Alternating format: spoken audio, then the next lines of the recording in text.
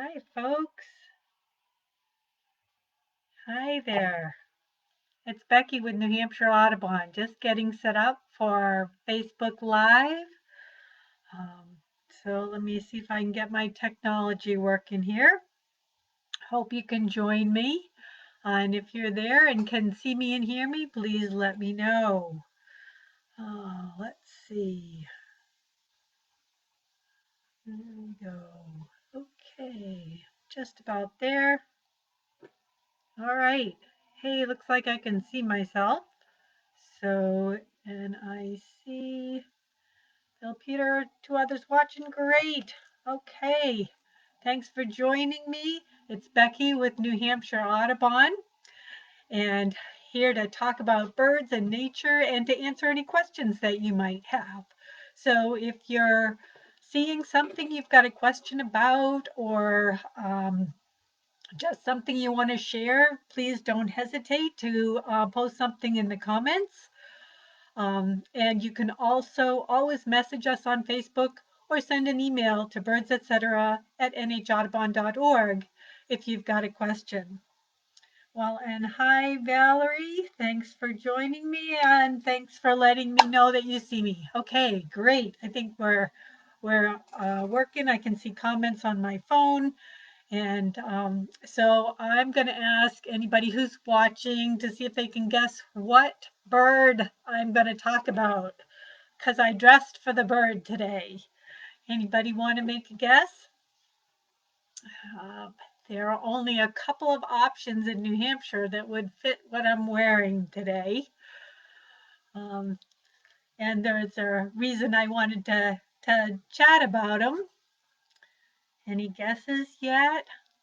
Going to give you a couple more moments to see if anybody has a guess on what bird I'm going to talk about based on my outfit. All right. Well, hey, all right, Teresa, Cardinal. Yep, that's it. Valerie's got it too. You bet. I'm going to talk about cardinals, and the reason why is that I looked out my window yesterday and I had 5 male cardinals, and that's a first for me. I had the 5 males and 1 female. They were at my feeders. They're always gorgeous to see. You know, the males are that bright red with the black around the bill, and they're so pretty in winter to see. But I thought folks would be interested because we never used to have cardinals in the state. They were really rare. And in fact, before 1955, there were only 4 sightings of cardinals, only 4 records of them occurring in the state. So they were a southern bird. They used to be farther south and not in New Hampshire. So when we had one, people would get really excited. And birders would, you know, grab their binoculars and travel to go see a cardinal. It was great. Excuse me. Um, and after 1955, the numbers started to grow. And in 1967, New Hampshire Audubon initiated a survey for cardinals, tufted titmice, and northern mockingbirds. All 3 of them are southern species that were moving their way into New Hampshire. And on that first survey in 1967, there were all of 53 cardinals in the state. Now, compared to only 4 sightings in 1955, that's a pretty good jump up. But when you look at how many we had in 2020 on the Backyard Winter Bird Survey, it was 2,922. So that gives you an idea that cardinals have really increased in this state beyond what they used to be. Now, of course, the survey in 1967 didn't have as many people as the survey that we did last year. So fewer birders, you'd have fewer birds, but not that many fewer birds. And if you look at sort of maps of where cardinals are, they are very much in the southern part of the state, but they're still rare north of the White Mountains. I guess I can't call them rare anymore. They're uncommon. So on that survey, last year's Backyard Winter Bird Survey, when we had almost 3,000 cardinals, there were only 8 in Coos County. So Coos is at northernmost county. It's north of the White Mountains, includes a little bit of the White Mountains. And the Cardinals are there in very low numbers. They're really only just pushing into that area, but they've long ago pushed into the southern part of the state. So that the survey that we first started in '67 for cardinals, titmouse, and mockingbirds showed them expanding. All three of them actually expanded. And then in 1979, we added mourning dove because that was also expanding from the south into the state. So we went with those 4 species for a while, and then in 1987 we expanded it to all birds. And that's the Backyard Winter Bird Survey that we do now. That's the second weekend in February. And in the next few weeks I'll be talking a little bit more about that, but anybody can take part, anybody can participate. And you can report your cardinals or any other birds that you have that you can see in your yard. But you can see why we were interested in those southern species and cardinals because of the way they were moving into the state. And now the 2 more recent additions are Carolina Wren and Red-bellied Woodpecker. So another couple of southern species that are expanding north. And we don't know why they are, but a couple of hypotheses are warmer winters, milder winters, and also people putting out feed for birds that allow some of these more southerly species to make it through a colder winter. We still see that species like Carolina Wrens, their population dips back when we have a particularly cold winter. So I hope you can take part in the survey. We've sent out the survey packets. So if you participated last year or the year before, you should get your packet in the mail. If you want a packet, you can call Craig at Audubon at 603-224-9909, and he'll send out a packet to you, or you can send us an email, and there's instructions on the website for doing that. So let me just check. Again, it's Becky with New Hampshire Audubon. If you have any questions, please send a comment or don't hesitate to post a message. So thanks for joining me as I'm being a cardinal today. And you should be listening. Let's see, where are we? January 21st. So sometime in February, male cardinals will start to sing. They start singing very early, so you can start listening to them. So, all right. Well, thank you for joining me. So I have something very fun coming up. It's called the Twitchers. Actually, it's the Superbowl of Birding, and I'm usually part of a team called the Twitchers in the Rye. And the Superbowl of Birding takes place a week from Saturday, and it takes place in Rockingham County, New Hampshire, or Essex County, Massachusetts. And I'm usually on a team that goes out to see how many birds we can find in a single town in Rockingham County. Usually we do the town of Rye, but we've also done the town of Hampton. And you go out from 5 a.m. to 5 p.m. and see how many different bird species that you can find. And rarer species are worth more points than the common species. And if they're really rare, which is a 5-point bird, then you have to call it in to the central headquarters so that word can get out to other teams and the sighting can be shared. So it's a lot of fun to do. And we start at 5 a.m., go until 5 p.m. And this year it's going to be a little different with COVID-19 because our team has to split up. They've changed the rules a little bit so there can be a team of 1, 2, 3, 4, 5, 6, or 7 people, but you all have to be in the same car, so you have to be in the same COVID bubble.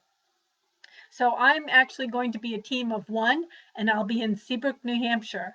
So if anybody out there is in Seabrook, let me know of any interesting birds that you're seeing, because I'm out scouting, looking around. And the Twitchers is a fundraiser for New Hampshire Bird Records and New Hampshire eBird. And you'll see on Facebook there's a post if you'd like to support us. There are several other teams that are current twitchers or former twitchers that are doing different towns. So we have a team in Rye. That'll be Pam and Unity, and then Susan and Jenna are going to be in Hampton. So you can see how we do, and we hope you'll support us. Thanks. Let's see. Let me check. Question from Valerie. Recommended food for cardinals and a brand that I prefer. Well, cardinals in general like sunflower seed. So the whole sunflowers, their bills are big, so they're well adapted to cracking the sunflower seeds. So you can get the larger sunflower seed, but if you want to get sunflower hearts, they'll love that as well. And they also are one of the few birds that like safflower seed. That's Safflower, safflower seed. So you can put that out for cardinals as well. Now, in general, cardinals like to feed on or near the ground. So oftentimes you'll see them coming in if you scatter seed on the ground. They also like more of a platform to land on. They can't easily land on the tube style feeders with the little perches. So I actually have a hanging platform out. It's a mesh platform with wires that go up from each corner to a hook, and I hook it from a pole that has a predator guard so the squirrels can't get it. And the cardinals will come to that kind of a platform setup. There's no particular brand that I recommend. I've been on the lookout for organic birdseed, but I haven't found it yet, at least not from a local supplier. So that's just something to sort of keep in the back of your mind. I like to support organic because pesticides can be quite harmful to our environment, and some of them are quite harmful to birds. But they should not be using those pesticides on the seed that we're actually feeding the birds. But I do encourage you to ask about it and see if it's there. Oh, a feeder, a photo of the feeder. Let's see. I did show it in one of my earlier Facebooks back in probably December. That would have been December when I did that. But I'll try and get that next week. Right now it's outside with birds at it. So I'm hesitant to bring it in. But I'll see if I can get a hold of one that I can show you. Because it's actually a great feeder, and if you're like me and trying to not feed the squirrels, it can work really well for if you've got a pole with a predator guard. Excuse me, let me just grab a quick drink. Oh, great. So Valerie, I'm going to make a note of that for next time. But if you go back through some of the Facebook Lives, or if you go to YouTube, all our Facebook Lives are on YouTube, and each one has a listing of the times and the different topics that are covered. So you might be able to find the couple of Facebook Lives I did reviewing different kinds of feeders. So look in the listing in YouTube, and you might have an easier way to find it. So, all right, let me write that down. And I show my hanging platform feeder. All right, great. So what's happening in the world of birds these days? We are in winter, and I suspect as we get more snow, we may see even more birds coming to our feeders. I think the 5 cardinals, male cardinals I mentioned that were at my feeder were there because things have started to get colder, more things are freezing up. And the ground is more frozen as well. So they may be coming into the feeders more. That also sometimes brings in hawks. And my feeders sometimes have been very quiet. Excuse me, because of the hawks. Oh, I got a little tickle.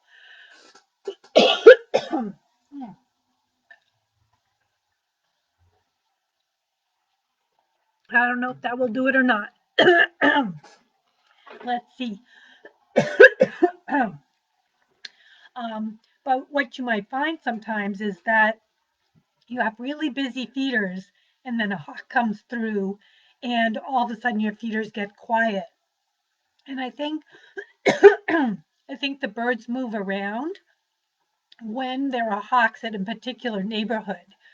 They aren't gone, they just may frequent a little different area, and then they'll come back to your feeders. So we've got birds coming into feeders a little bit more now, attracting a few more hawks. And our most common hawks to come to feeders are the sharp-shinned hawks and the Cooper's hawks, which are very hard to tell apart. I've actually had both in my yard. I had a sharp-shinned hawk just yesterday over the house. And in fact, I thought I'd give you a little update. You know, I've been keeping a yard list this year. I have one for over time, but I also have a list for just this year. It's kind of my COVID yard list. And so for my yard list, I'm now up to 30 species. So the sharp-shinned hawk was number 30.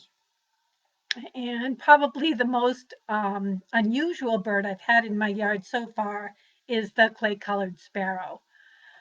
And then I'm also keeping a list of all the different species I see in Concord, in the town of Concord, New Hampshire. And the sharp-shinned hawk was species number 45 for Concord. And the most unusual bird I probably have had in Concord so far is a Barrow's Goldeneye. And a Barrow's Goldeneye is a duck that's a little bit more of a western duck, but we do get a few of them usually every winter, not always in Concord. So I was lucky to see it. We commonly have Barrow's Goldeneye, no, I'm not, sorry, not Barrow's, common Goldeneye. That's the Goldeneye we see most often in the wintertime where there's open water on our rivers. So there are quite a few common Goldeneye on the Merrimack River, and this Barrow's Goldeneye was mixed in with a few common Goldeneye. So, all right, let me just mention it's Becky with New Hampshire Audubon. If you have a comment or a question, please don't hesitate to post it in the comments. And if you are watching this when it's recorded, you can always message us on Facebook, or you can send an email to birds etc, BIRDSETC at nhaudubon.org. So thanks so much for joining me, and I'm happy to answer any questions. Talking about birds that are around now, we've got our year-round residents. You know, you'll be seeing chickadees, and you'll be seeing titmice and blue jays, things like that are here year-round. And we still have some of our northern visitors. One of the ones that people often see quite a bit in winter are the dark-eyed juncos. They're sometimes called snowbirds. They're little small birds, sparrow size. They tend to be all gray except for whitish on the lower part of the breast. You'll see gray on the head and partway down the breast, and then there's a line and it becomes white. So so watch for those at your feeder. And I see a question from Mary Lou on what owls are out this time. Owls, oh my, owls are fun to talk about. I was going to do that next week, but I'll do it now. So our most common owls in the larger ones, excuse me, most, there we go.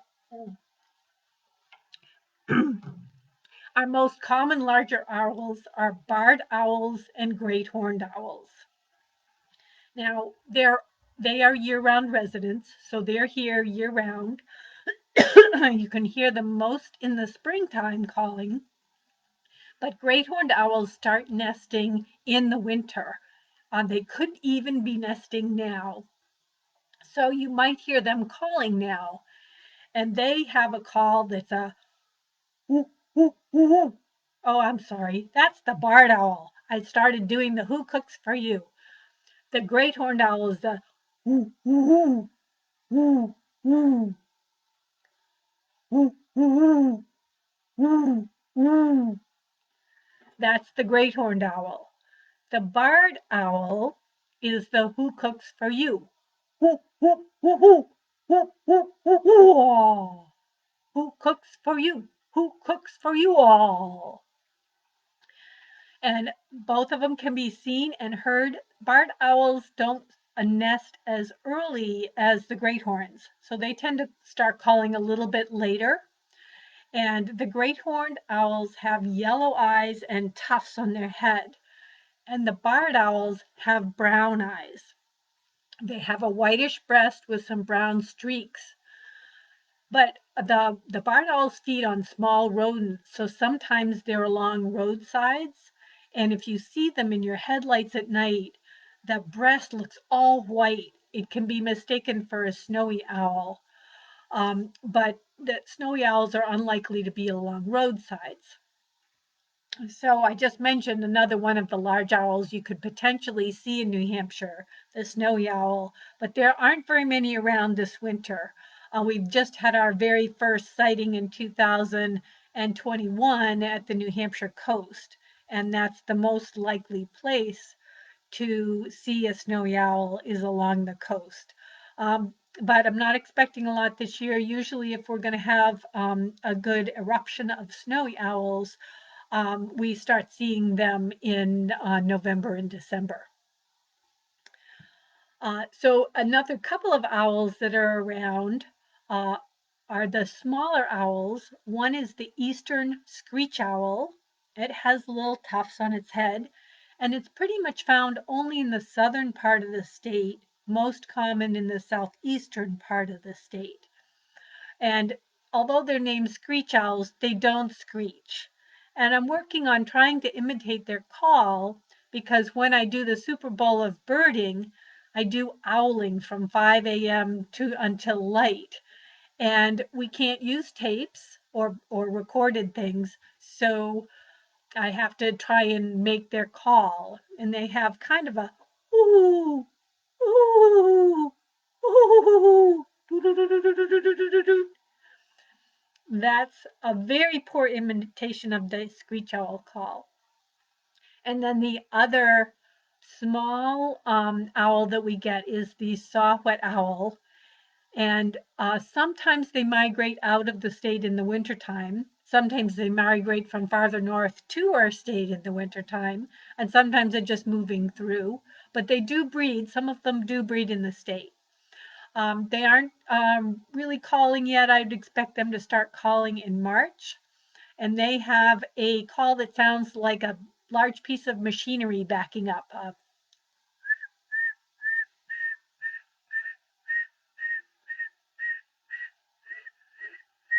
And on and on and on. And as with owls, most of the time you hear them and you don't get to see them. I see a couple of observations here. Valerie mentioned seeing a snowy owl at Salisbury State Park. That's a great place. That's just over the border from Seabrook into Massachusetts. And then there's Plum Island National Wildlife Refuge. And usually, even if it's a poor snowy owl year, there are always one or two at the refuge. I see a couple of other questions, so I'm going to go back up a little bit and make sure I don't miss something. Mary Lou, thanks for that question about the owls. Teresa has a squirrel question. Oh, you go ahead and post your squirrel question anytime. That's great. And hi, Brian. Oh, hi, Brian. Yes, we've done yoga. All right, great. Just seen a bird a little bigger than a sparrow. Brian, I need a little bit more than that. What was it doing? Did you see any colors on it? Black, white? Where was it? Was it up in the the tree down on the ground, a little behavior, a little bit of what you did see for coloration, and anything that can give me a hint on what it might have been eating would be great. Mary Lou had what she thought was barred owl brown eyes. Yep, yep. The brown eyes is definitely a key for barred owls. There's another owl that sometimes they're mistaken for, and that's the great gray owl, which is very, very rare in New Hampshire. Every once in a while, we have one on years when they have an eruption from farther north. But they have yellow eyes. So anytime you see a larger owl with brown eyes, you know you've got barred owl, and that's one of the most common owls in the state. And if you want to see one, we have two actually at the New Hampshire Audubon Center in Concord at the McLean Center. They are not releasable birds, but they are in cages that you can see from outside the mews there. So the center doesn't have to be open for you to see a barred owl. Teresa's two squirrels have what you think is squirrel pox. Oh boy, I don't know a lot about squirrel pox, and I don't know if there's anything you can do about it. I think probably New Hampshire Fish and Game or a wildlife rehabilitator would be the best person to ask about that. Because I'm not positive. I think pox is caused by a bacteria, but I can't remember. It might be a virus as well, in which case is not a darn thing that you can do. There are licensed wildlife rehabilitators in the state. They're licensed to care for injured and orphaned wildlife, and they're licensed by the state, so you can find a listing of them on the New Hampshire Fish and Game website. So check there, see if there's somebody that does mammals on your list. And I'd maybe start with talking with one of them first. And if you're not able to find somebody who knows, give New Hampshire Fish and Game a call. They have fur bearer biologists, and one of them may have some information on the pox. Uh, Judith, two smaller flocks, what you think of female red-winged grackles that are feeders here in New Jersey. Ah, okay, here in New Jersey. So we have red-winged blackbirds and common grackles, and we've had a relatively mild winter here in New Hampshire, relatively.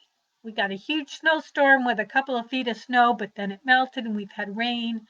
And in the very southern part of the state, we have some red-winged blackbirds and grackles that are still around. So I would think in New Jersey, you could easily have them still. Those flocks tend to move, they're one of our earliest returning migrants. Sometimes they'll come back at the end of February if the weather is warm enough. So they tend to move a lot. And in response to weather. So if you've got open ground there in New Jersey and some unfrozen water, you could easily have female red-winged blackbirds, and the young male red-winged blackbirds look like females. So they are still that brown color with the brown streaks on the breast, like the female has. The young males will have that as well. The common grackles should look all black without, that patch of the red or yellow color on the wings. Now, sometimes the red-winged blackbirds, the adults, hide those epaulets. They're called epaulets. They have red and they have yellow. And sometimes they hide them so you can't see them at all, or so you see just a yellow bar and none of the red. But they're all black when they're adults for the grackles with none of those epaulets, and they have a longer tail. So I would think that they would definitely be potentially wintering in your area. They could also, if the weather gets bad, just move on as a big flock. Okay. Yes, so Brian, walk on the Audubon grounds. Okay, Brian's gone for a walk at New Hampshire Audubon. It sounds, Brian, like you might have missed a turn back up to the Audubon Center if you ended at Clinton Street. There's a left-hand turn in the trail away from the pond when you get to the edge of the New Hampshire Audubon property, and it goes back up to the center. So sorry about that if maybe something marker has fallen off the tree.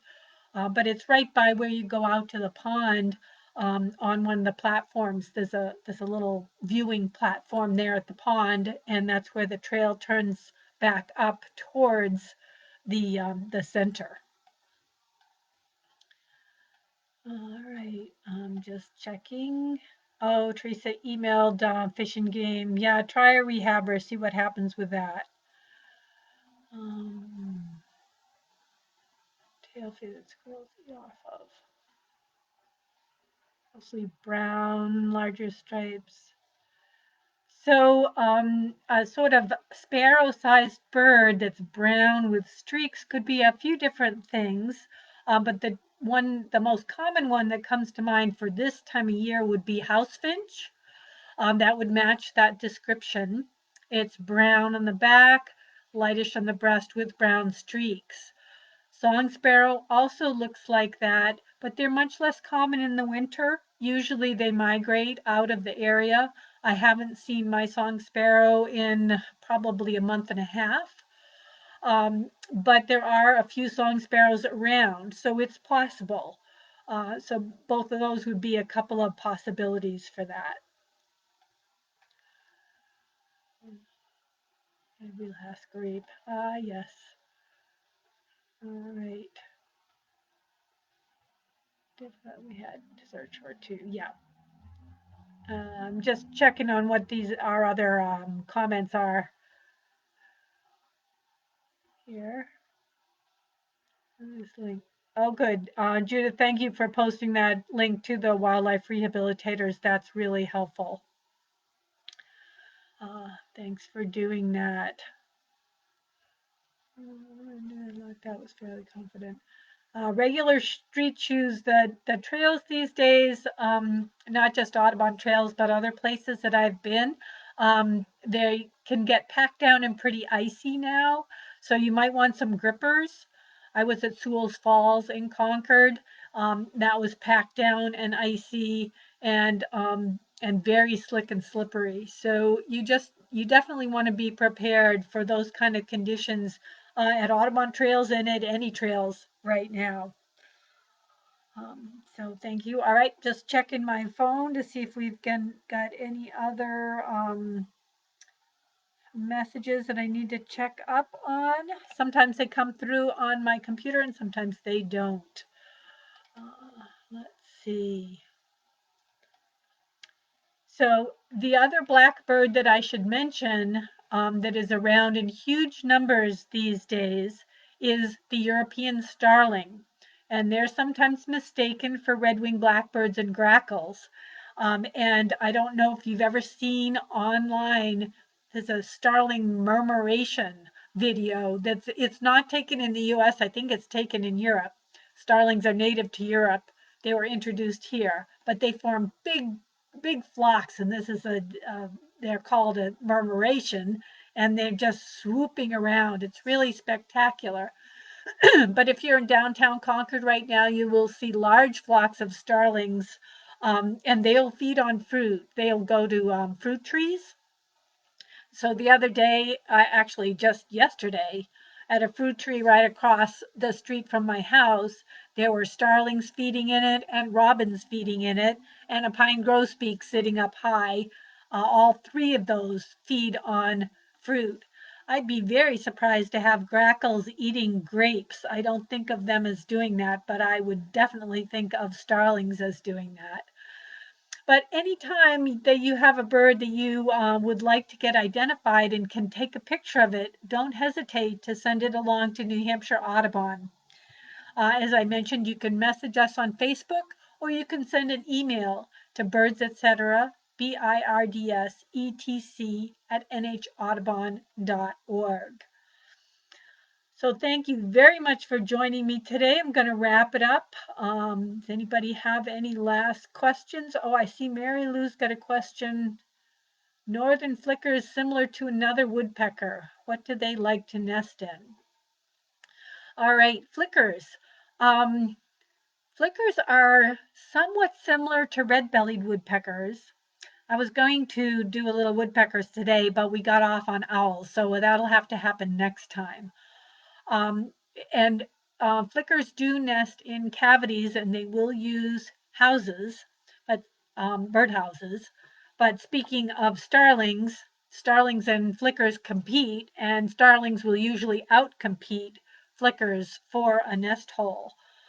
But the flickers have that black V on the breast and then spots lower down.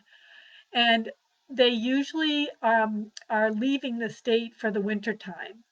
So they usually migrate, they usually migrate out of the state and then they'll return in early spring, say in April. But there are always a few that hang around. So you could see one now at this time of year. But I think of the back on the red-bellied woodpecker being similar to the back on a flicker in that they both have sort of this black and lighter colored horizontal lines on their back. And the flicker has brown and black lines, and the red-bellied has white and black lines. So if you see them from the distance, they can be similar. So keep your eye out for them. But when they come back in the springtime, sometimes they can come in pretty good sized numbers.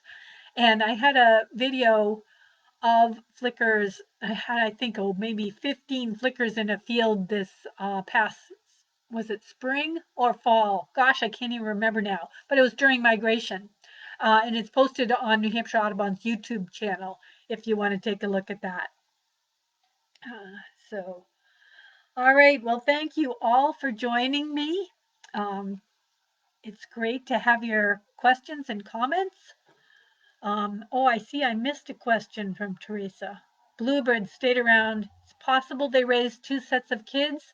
Yes, it is possible. They will usually have two nesting attempts. They could have more depending on how far they get with a nesting attempt. But if they raise one set of young, they could raise a second set of young. Definitely possible. And we've been getting lots of reports from people of bluebirds here this winter. So that's a bird we've seen increase on the Backyard Winter Bird Survey, which I've mentioned before, but we'll come back around to those and robins on another day. So we'll talk about woodpeckers and robins and bluebirds and whatever else might be happening in the natural world next week. Next week will be a 4 o'clock time again. Feel free to weigh in on what time you most prefer. Facebook Lives, we're trying to move them around, see which ones are most successful and whether also give people a variety of times that they can watch. So thanks again for joining me. It's Becky with New Hampshire Audubon. And I hope you will support New Hampshire Audubon by becoming a member or making a donation on our website and help us with our mission and help us bring these live programs to you. Thanks so much. Have a good week.